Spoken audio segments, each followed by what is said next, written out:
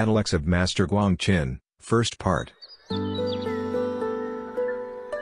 Master Guang-Qin, 1892–1986, was born in Huiyan country of Fujian province in China. He was given up for adoption when he was 4 and was not educated, hence, illiterate. He became a monk at the age of 27. Meanwhile, he practiced asceticism and recitation of the name of Amitabha Buddha. He dwelled in a cave in the mountains where he practiced meditation alone for 13 years, attained an elevated level. He came to Taiwan in 1947 and founded several monasteries. The purpose of practice is to eliminate our greed, anger, and ignorance so that our deeds, words, and thoughts will be pure and clean. Wisdom will not unfold for those who do not eradicate their greed, anger, and ignorance.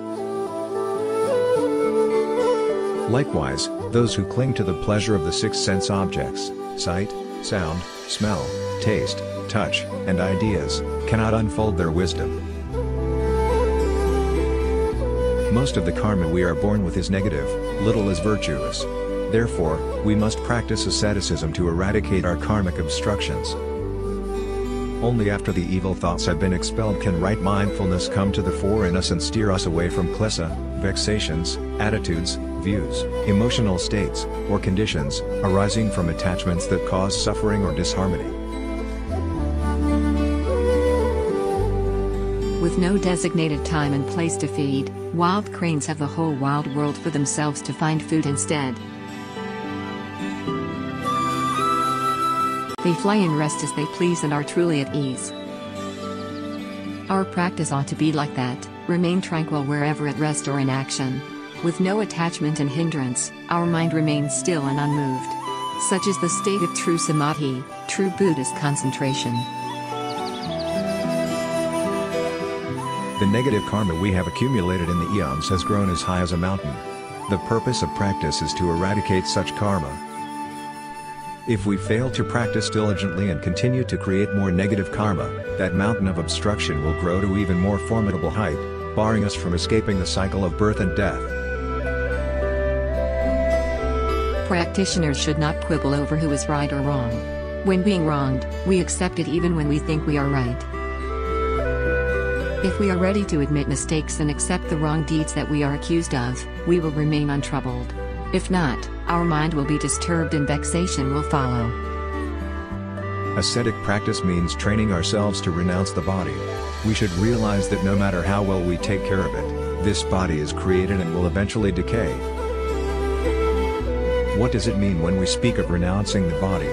It means to wear coarse clothes and to eat simple fare, and in general to live a simple life. To stop craving for lavish clothes, meals, and living conditions is the first step into practice. The harder the path of practice, the closer to enlightenment we will be. Do not expect people to treat us well, otherwise we will be no different than a lay person. Learn to be willing to take losses or be taken advantage of without resentment. Be tolerant rather than calculating so that we may progress in practice. Keep on practicing until we are capable of remaining tranquil and unfettered whether in action or stillness. What does this mean? It means that while we are active, our mind should stay calm and unswayed by our concerns. While we are in stillness, we must not cling to the thought, or to the appearance, of the stillness. Sweep the dust by chanting the name of Amitabha, Buddha, and the lotus will blossom and flourish.